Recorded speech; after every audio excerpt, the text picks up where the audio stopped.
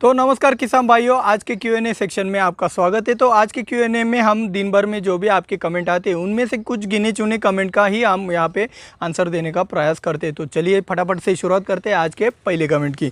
तो पहिली कमेंट मराठी में की आहे, ट्रायकोडर्मा जीवाणू गुळ व पाणी यामध्ये वाढत नाहीत असे काही लोक म्हणतात, ते कितपत खरे आहे यावर तुमचे मत द्या व मिश्रणात जीवाणू वाढतात का ते योग्य रीतीने सांगा। पहली बात हिंदी में कमेंट कीजिएगा और दूसरी बात ये कमेंट क्या है मैं आपको समझाता हूँ। ट्राइकोडर्मा आपके गुड़ और पानी में मल्टीप्लाई नहीं होते हैं ऐसा कुछ लोगों का कहना है। ये कितने हद तक सही है और कितने हद तक गलत है आपके तरीके से हमें क्लियर कीजिएगा। तो भाई देखो, ये सच भी है और झूठ भी है। ये सच भी है और झूठ भी कैसा है मैं आपको आसान तरीके से बताता हूँ। तो ये सच इसलिए है कि भाई देखो, ट्राइकोडर्मा जो भी माइक्रो ऑर्गेनिज्म होते हैं उसके दो प्रकार होते हैं। पहला प्रकार होता है आपका एरोबिक और दूसरा प्रकार होता है एनारोबिक। एरोबिक यानी कि जो माइक्रो ऑर्गेनिज्म को हवा लगती है जीने के लिए, मल्टीप्लाई होने के लिए, उसको कहते हैं एरोबिक। और एनारोबिक मतलब जिसको हवा की ज़रूरत ना होने पर, हवा ना होने पर भी वो मल्टीप्लाई हो सकता है, उसे कहते हैं एनारोबिक।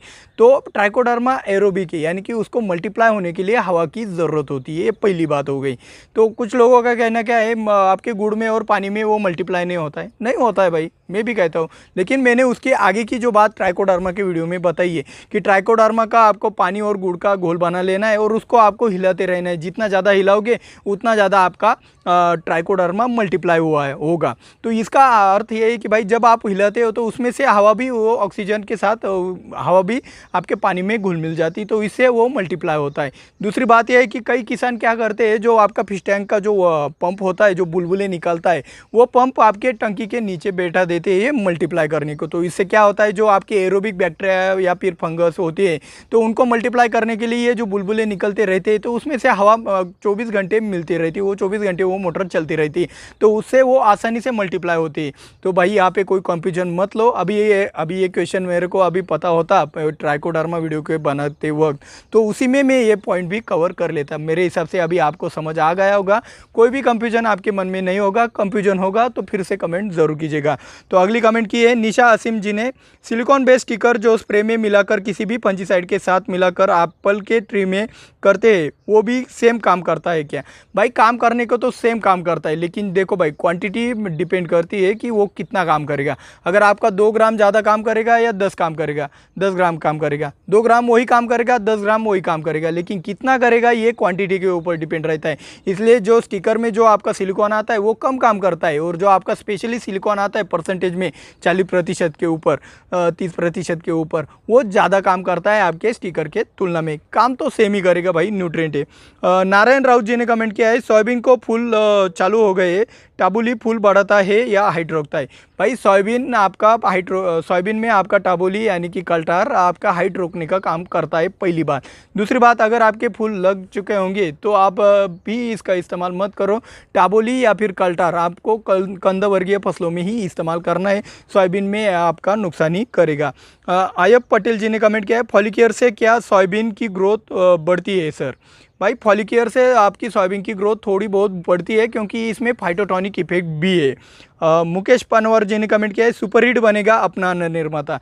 भाई ये कमेंट आज पहली ऐसी कमेंट आई कि जो दिल को छू गई। अपना अन्न निर्माता, ये जो अपना शब्द है ना, जब आप इस्तेमाल करोगे, A to Z फार्मर अपना शब्द इस्तेमाल करेंगे, तभी मैं इस चैनल पे सक्सेसफुल होऊंगा। क्यों होऊंगा भाई? ये मेरी सबसे बड़ी अचीवमेंट है, ना कि 1 लाख सब्सक्राइबर, 1 मिलियन सब्सक्राइबर। ये अचीवमेंट है कि भाई आप लोगों ने इस चैनल को अपना माना है। तो भाई धन्यवाद ऐसी कमेंट करने के लिए। मुकेश पनवर जी इनका नाम है, धन्यवाद मुकेश भाई। बंटी परमार जी ने कमेंट किया है, सर वीडीसाइड के साथ कीटनाशक डाल सकते क्या? भाई आप वीडीसाइड के साथ देख लो कौन सा कीटनाशक डालना है, आप डालने को डाल सकते हो। हाइड्रोजन पेरोक्साइड के ऊपर कमेंट किया है अनिल सुसे जी ने, सर हाइड्रोजन पेरोक्साइड का रेनफास्टनेस कितना है? भाई हाइड्रोजन पेरोक्साइड बहुत ही रिएक्टेंट, मतलब बहुत ही तेज़ गति से रिएक्ट करता है। मतलब इसका रेनफास्टनेस में तो कहता हूँ कुछ मिनटों के अंदर होगा, इतना तेज़ गति से ये काम करता है। प्रशांत मौर्य जी ने कमेंट किया है, कैल्शियम नाइट्रेट और मैग्नीशियम सल्फेट के बीच में कितने दिनों का अंतर होना चाहिए ड्रिप से देने के लिए? भाई कम से कम 5 दिनों का अंतराल आपको इन दोनों के बीच में रखना है। रंजीत पाटीदार जी ने कमेंट किया है, मुझे पत्ता गोभी की पूरी जानकारी चाहिए। भाई पत्ता गोभी हो गए या फिर आपकी फूल गोभी हो गए या फिर अनार की फसल हो गई या अंगूर की फसल हो गई, सबके लिए एक ही टारगेट दिया है। जब तक हमारे 1 लाख सब्सक्राइबर कंप्लीट नहीं होते तब तक ये मैं फुल टाइम नहीं कर सकता, थोड़ा वक्त देके मैं आपके लिए ये काम अभी कर रहा हूँ। दशरथ कुमार जी ने कमेंट किया है, बैक्टीरियल वीड को कैसे रोके, तो रुक नहीं रहा है, क्या करें। भाई बैक्टीरियल वीड को रोकने के लिए आप वेल्डामाइसिन की ड्रेंचिंग कर ले और ऊपर से एलिएट का हो गया या फिर आपका स्ट्रेप्टोमाइसिन, वेल्डामाइसिन, आपका बैक्टीरियानाशक हो गया, इंडियोफिल का, ऐसे स्प्रेइंग करते रहिए। अगर आपके फ्लावरिंग स्टेज ना हो तो आप कॉपर का भी इस्तेमाल बेझिझक बैक्टीरियल वीड को कंट्रोल करने के लिए कर सकते हो। महेंद्र जी ने कमेंट किया है, as we know plant will require micronutrients every day, what should be the interval for application during plant growth stage, kindly suggest for pea, cotton and turmeric. भाई कोई भी फसल हो, आपका कहना ये इनका ये सवाल है कि भाई कोई भी फसल हो उनमें हमारे फसल को हर दिन न्यूट्रिएंट लगते हैं, जैसे कि हम खाना रोज़ खाते हैं। तो आप देखो भाई, आपने अगर आपके फसल को अगर न्यूट्रिएंट नहीं दिए तो वो भूखा मर जाता है क्या? नहीं, हमारी सॉइल में न्यूट्रिएंट होते हैं, हमारी सॉइल रिच है, पुअर नहीं है। रिच मतलब उसमें सब न्यूट्रिएंट अवेलेबल है, वो रिलीज़ होते रहते हैं और उसके ऊपर आपकी ग्रोथ होती रहती है। हमें एडिशनल उपज के लिए हमें एडिशनल फर्टिलाइज़र देने पड़ते हैं। तो भाई ये देखो, ये देने का भी सिस्टम है। आपको आपके माइंड में ये बात है कि भाई अगर हमने रोज़ न्यूट्रिएंट नहीं दिए तो फसल ग्रो नहीं हो पाएगी, ये गलत बात है। अगर आप हर रोज़ अगर आप न्यूट्रिएंट देते रहोगे तो उससे क्या होगा, आपका जो वापसा कंडीशन है वो बिगड़ जाएगी हर रोज़ पानी जाने से।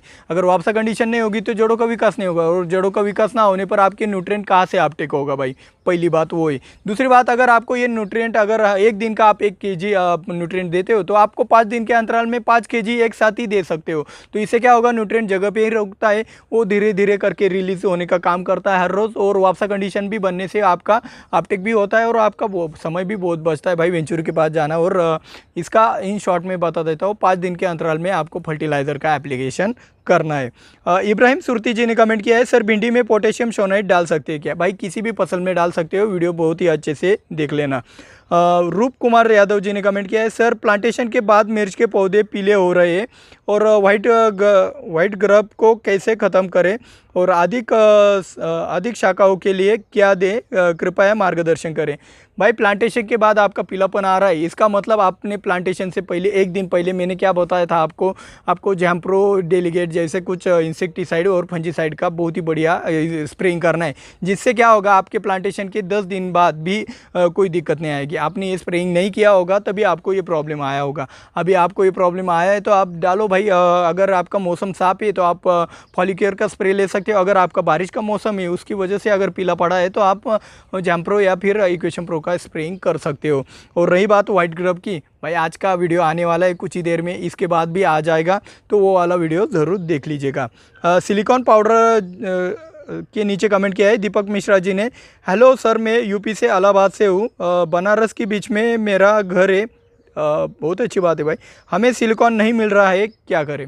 भाई अगर आपको सिलिकॉन नहीं मिल रहा है तो ऑनलाइन मंगवा सकते हो। SRP9 के नाम से आता है, SRP ऑनलाइन में भी मिलता है। अगर नहीं मिलता है तो ज़्यादा झंझट मत करो। हमारी पत्तियाँ रब कैसे करें, इस वाले वीडियो में हमने पत्तियाँ रब करने के और भी तरीके आपको समझाए, तो उन तरीक़ों का भी आप इस्तेमाल कर सकते हो। अगर आपको सिलिकॉन जुगाड़ से मिल जाता है तो ज़रूर इस्तेमाल कीजिएगा।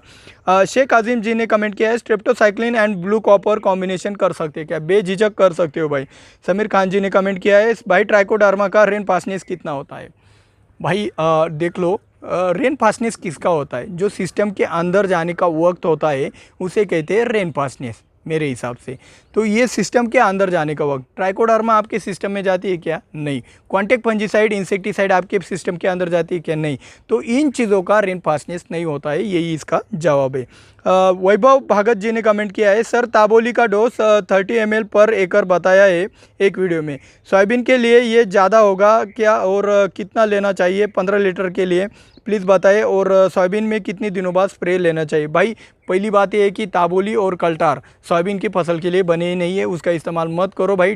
अभी पिछले Q&A में हमने बताया था एक किसान ने टिल्ट का स्प्रे, दुकानदार ने टिल्ट का स्प्रे करने के लिए बोला तो उसकी फसल जगह पे रुक गई। अभी आप कल्टार डालोगे तो उससे ज़्यादा इफेक्ट आपको उस फसल सोयाबीन की फसल में दिखाई देंगे। कल्टार मत डालो। सोयाबीन के फसल में। कंदवर्गीय फसलें हो गए, आलू होगा, आपका लहसुन हो गया, आपका हल्दी का हो गया, इन फसलों में ये बहुत ही बढ़िया काम करता है। वहाँ तो बेझिझक इस्तेमाल करना ही करना है मूंगफली जैसे फसलों में, जो कंदवर्गीय ज़मीन के अंदर वाली जो फसलें आती है वो।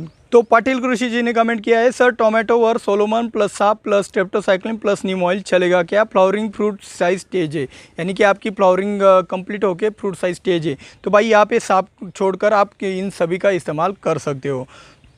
गणेश गुर्जर जी ने कमेंट किया है, क्या मोमेंटो एनर्जी ड्रिप से दिया जा सकता है? बायर कंपनी अमेरिका की वेबसाइट पर यह ड्रेंचिंग के रिकमेंड कर रही है। तो भाई ड्रेंचिंग के लिए मोमेंटो एनर्जी काम करता है, जाइलम फ्लोएम एक्शन दोनों है, इसलिए वो रिकमेंड करते हैं। हमारे भारत में ये रिकमेंड नहीं किया है। सही कहा आपने। अगली कमेंट है शेख जी की, मेरा चीकू क्या पेड़ में फूल तो आ रहे हैं मगर फल नहीं बन रहा है, क्या करूं? आपका फ्लावरिंग स्टेज अच्छे से आ गया है लेकिन उसका फ्रूट में कन्वर्जन नहीं हो रहा है, तो उसके लिए आपको पहले बोरॉन दिया है क्या नहीं वो देखना पड़ेगा, क्योंकि फूल आते हैं लेकिन फल नहीं बनते, तो ये बोरॉन का भी डिफिशियंसी हो सकता है। अगर वो बोरॉन भी दिया है फिर भी ये दिक्कत आ रहा है, तो आपका वेजिटेटिव ग्रोथ का रेशियो ज़्यादा होगा, तो आपको लियोसिन का स्प्रेइंग करना चाहिए। अगर लियोसिन भी आपका वेजिटेटिव ग्रोथ और आपका ये रिप्रोडक्टिव ग्रोथ का भी रेशियो अच्छे से मेंटेन है, ज़्यादा ग्रोथ भी नहीं वेजिटेटिव ग्रोथ, फिर भी ये दिक्कत आ रहा है, तो आपको 52-34 का ड्रिप में से और ऊपर स्प्रेइंग में से इस्तेमाल करना चाहिए। ककूब कोजी जी ने कमेंट किया है, भाई सुंदर जानकारी के लिए धन्यवाद। बीज बोने के पहले गुड़ का छिड़काव कर सकते हैं क्या? गुलाब के और दूसरे फूलों के पौधों में छिड़काव कर सकते हैं क्या? भाई गुड़ का इस्तेमाल आप अगर प्लांटेशन से पहले करते हो तो और भी अच्छी बात है, लेकिन सिर्फ गुड़ का इस्तेमाल ना करते हुए आप उसमें अगर ट्राइकोडर्मा डालकर अगर छिड़काव करते हो तो और भी ज़्यादा रिजल्ट आपको मिल जाएंगे। दीपक सुरवासी जी ने कमेंट किया है, कंप्यूटर से कंट्रोल होता है क्या थ्रिप्स? भाई कंप्यूटर से प्रिवेंटिव में थ्रिप्स कंट्रोल हो जाता है। नवनाथ आबूज जी ने कमेंट किया है, एमओपी में सल्फ्यूरिक एसिड डाला तो उसका एसओपी बनता है क्या? एमओपी में सल्फ्यूरिक एसिड डाला तो उसका एसओपी बनता है क्या? इस सवाल का जवाब आपको हमने जो एमओपी और एसओपी कैसे बनते हैं इस वीडियो में दिया है, तो वो जानकारी पाने के लिए आप इस वाले वीडियो के ऊपर क्लिक करके वो जानकारी पा सकते हो। तो मिलते हैं अगले वीडियो में। जय जवान जय किसान।